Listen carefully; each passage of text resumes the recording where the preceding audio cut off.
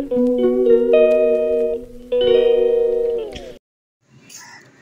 Morning বন্ধুরা, আশা করি তোমরা সবাই ভালো আছো। আমিও ভীষণ ভালো আছি।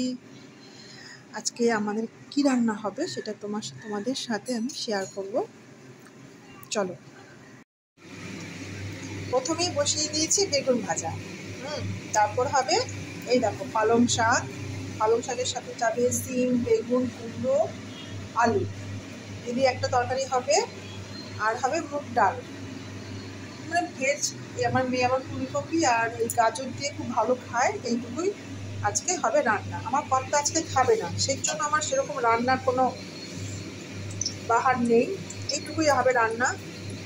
এখন বেগুন ভাজা মোটামুটি রেডি, তারপরে বসাবো আবার পালং শাক, সেটা আবার তোমাদের সাথে দেখাবো। দেখো বন্ধুরা, বেগুন ভাজা হয়ে গেছে।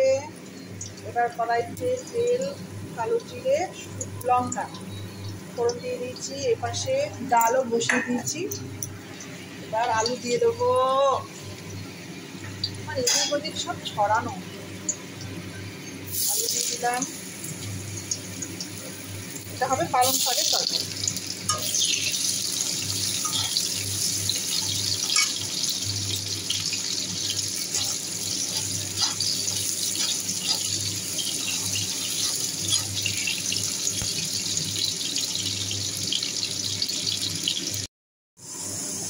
আলুতে হলুদ দিয়ে দিয়েছি, আলু লাল লাল করে ভেজে দিলাম।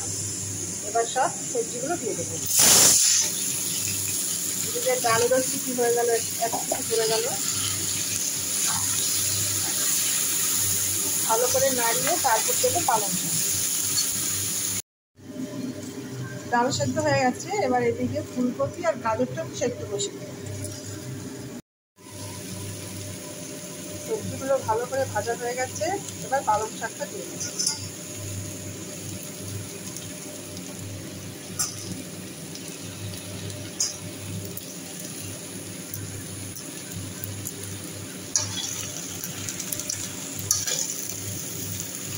ভালো করে নাড়িয়ে আবার ঢাকা দিয়ে দেবো সেদ্ধ হওয়ার জন্য।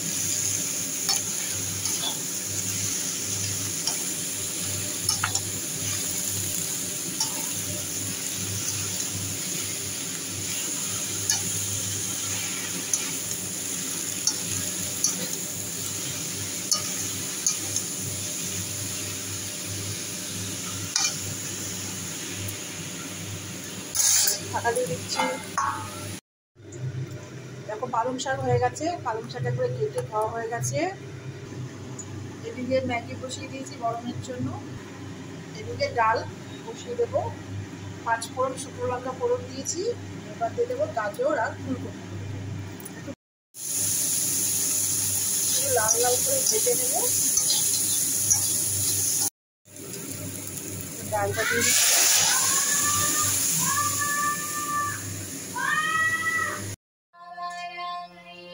ডাল হয়ে গেছে। এবার এদিকে ভাত বসিয়ে দিয়েছি, চাল দেবো। ভাতও হয়ে গেছে, দেখো খেতেও বসে গেছি। এই দেখো আমার থালি রেডি। বেগুন ভাজা, পালং শাকের তরকারি, ভাত আর ডাল, ব্যাস।